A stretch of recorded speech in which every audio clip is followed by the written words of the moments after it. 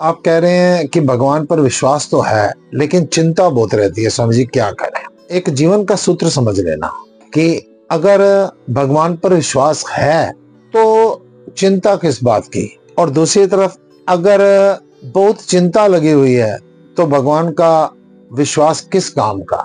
इस पर एक बात सुनाता हूं आपको कि एक बार की बात, एक संत और एक शिष्य, गुरु चेला दोनों कहीं यात्रा कर रहे थे। पैदल पैदल जंगल में से जा रहे थे। आगे गए, एक फलदार वृक्ष से स्वामी जी ने एक फल तोड़ा और चेले से कहा चक्कू दे। ने चक्कू दिया। गुरु जी ने एक फल काटा और एक भाग माँ बाप और गुरु पहले शिष्य को तृप्त करते हैं। अपनी उनको कोई परवाह नहीं होती।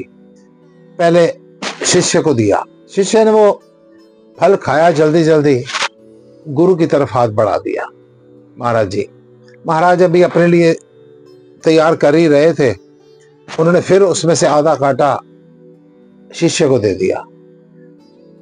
शिष्य ने फिर जल्दी जल्दी खाया और फिर अपने गुरुदेव की तरफ हाथ बढ़ा दिया।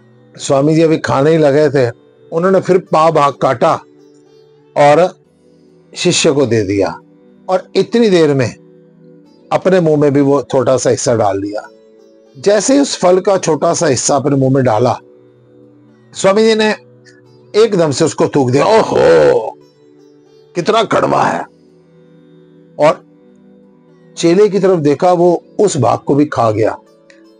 और स्वामी जी ने अपने शिष्य से कहा कि बेटा, इतना कड़वा फल पहले तू आधा खा गया, फिर पाव भाग खा गया, फिर पाव भाग खा गया, और तू बोला भी नहीं। शिष्य ने आंखें नीचे की, कहता है स्वामी जी, जिन हाथों से इतने मीठे फल खाए हैं और उनसे एक कड़वा फल आ जाए तो शिकायत कैसे कर दूं। यहां पर समझने की बात है कि फल का महत्व खत्म हो चुका था, हाथ का महत्व था। कि फल कड़वा या मीठा है उसका महत्व ही कोई नहीं।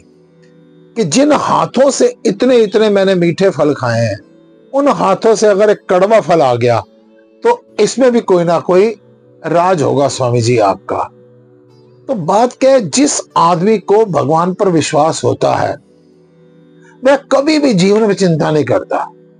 वो इसी बात पर विश्वास रखता है, अगर भगवान ने मेरा हाथ खाली किया है ना तो कुछ ज्यादा देने के लिए किया है, और अगर मेरे साथ कुछ मेरे मन के विपरीत कुछ विपरीत परिस्थितियां चल रही हैं तो इसमें भी पहली बात तो ये निश्चित है मेरी कोई ना कोई भलाई है। और फिर दूसरी बात, ये जरूर परमात्मा मेरे जन्म जन्मांतरों के कर्जों को उतार रहा है। शिकायतें भाई के साथ, बहन के साथ, मां के साथ, बाप के साथ, समाज के साथ कब तक होती हैं? जब तक भगवान पर विश्वास नहीं है। जिसको एक बार परमात्मा पर विश्वास होता है वो किसी के साथ कोई शिकायत नहीं करता। वो विचार करता है ये जो कुछ भी हो रहा है ये मेरे परमात्मा की बनाई हुई लीला है, मुझको इस लीला में कोई दखल अंदाजी नहीं करना है।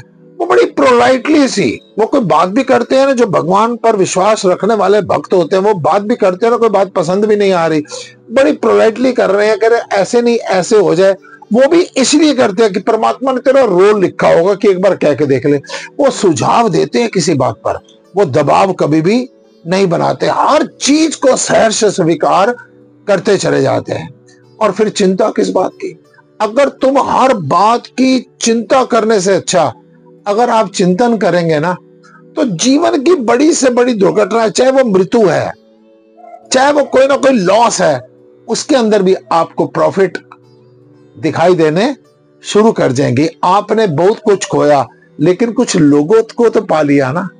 आपने बड़े लोग खोए तो आपने कुछ ना कुछ अनुभव तो पा लिया ना। आपके अनुभव गलत रहे लेकिन कुछ नए अनुभव भी तो आपको कुछ देके जा रहे हैं ना। अतः जिस परमपिता परमेश्वर ने हमारे को इतना सुंदर शरीर दिया, आंख दी, नाक दी, चलने के लिए पैर दिए, हाथ काम करने के लिए दिए, कान सुनने के लिए दिए, जीवा स्वाद के लिए दी, दांत जिसकी चीज को खाने के लिए दिए, वो परम पिता परमेश्वर मेरे साथ किसी न किसी प्रकार की कमी क्यों करेगा? कमी है नहीं है। मेरी मेंटलिटी ऐसी है कि मुझको कुछ कमियां नजर आनी शुरू हो जाती हैं।